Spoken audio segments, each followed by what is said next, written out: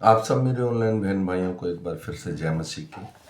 परमेश्वर की दृष्टि में वो लोग अनमोल हैं जो उसके वचन को फॉलो करते हैं, जो उसके अनुग्रह में सदा बने रहते हैं।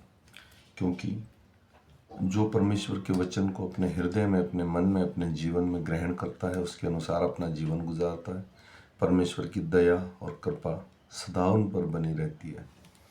आज तारीख है 3/4/2025 और आज हम सुबह का वचन पढ़ेंगे।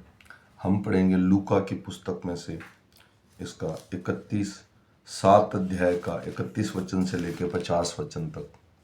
इसके पढ़े और सुने जाने पर प्रभु की आशीष हो। जो मेरा बहन भाई मुझे फॉलो करेगा वो 365 दिन में पूरी की पूरी बाइबल कंप्लीट कर लेगा। मैं विश्वास करता हूँ जो मेरा बहन भाई ये वचन सुने वो एक दूसरे को शेयर कीजिए, ताकि ये वचन दिन भर हमारी अगुवाई करे, हमारी कमी घटियों में, हमारे दुखों में, हमारी परेशानी में हमें बल दे।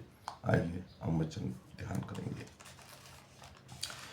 अंत में इस युग के लोगों की उपमा किससे दूं कि वे किसके समान हैं? वे उन बालकों के समान हैं जो बाजार में बैठे हुए एक दूसरे को पुकार कर कहते हैं, हमने तुम्हारे लिए बांसुरी बजाई और तुमने ना नाचे, हमने विलाप किया और तुम ना रोए। क्योंकि यूहन्ना बपतिस्मा देने वाला ना तो रोटी खाता आया ना दाखरस पीता आया, और तुम कहते हो उसमें दुष्ट आत्मा है। मनुष्य का पुत्र खाता पीता आया है और तुम कहते हो देखो पेटू और पियक्कड़ मनुष्य, चुंगी लेने वालों का, पापियों का मित्र। पर ज्ञान अपनी सब संतानों द्वारा सच्चा ठहराया गया।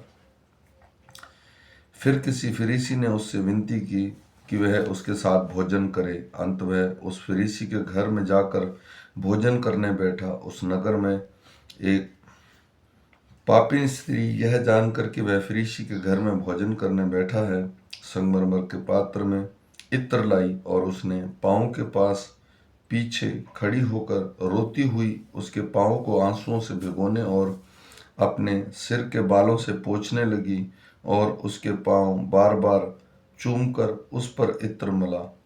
यह देखकर कि वह फरीसी जिसने उसे बुलाया था अपने मन में सोचने लगा, यदि यह भविष्यवक्ता होता तो जान जाता कि यह उसे जो छू रही है वह कौन और कैसी स्त्री है, क्योंकि यह तो पापिन है।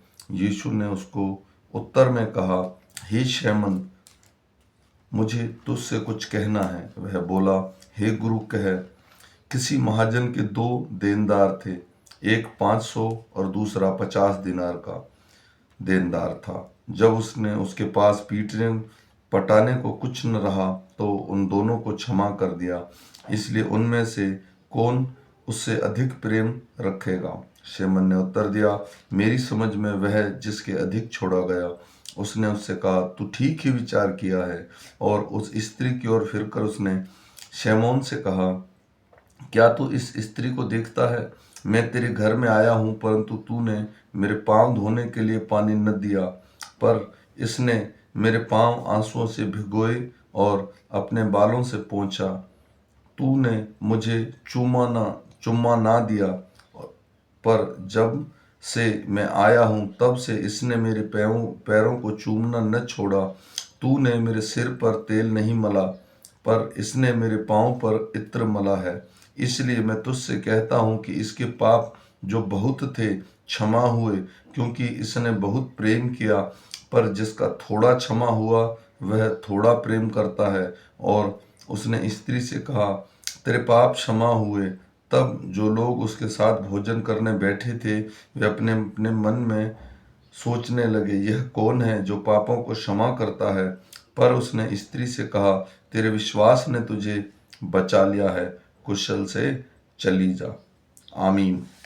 मेरे भाई और बहनों, यह घटना एक फरीसी ने प्रभु यीशु को अपने घर में भोजन के लिए आमंत्रित किया। जब ये बहुत प्रसिद्ध घटना है, ये हम सब मसीह लोग जानते हैं।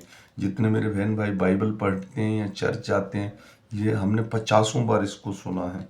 आप इसमें सिर्फ एक ही चीज़ नोट करने वाली है कि जब वो स्त्री प्रभु यीशु के पाँव को छू रही थी, वहाँ लिखा नहीं है कि उसने फरीसी ने कहा उसने मन में सोचा, जैसे ही उस मन में सोचा, प्रभु यीशु ने कहा मुझे तुझसे कुछ कहना है। और उसने कहा, प्रभु यीशु हमारे मनों और हृदयों की बातों को भी जानता है। तो इसलिए मैं विश्वास करता हूँ कि ये वचन आज का दिन हम मनन करेंगे और हम सीखेंगे कि प्रभु यीशु हमारे हृदयों को भी जानता है। ऐसा कुछ नहीं है जो उससे छिपा हुआ हो। फिर मिलेंगे शाम के वचन के साथ, तब तक सबको जय मसीह की।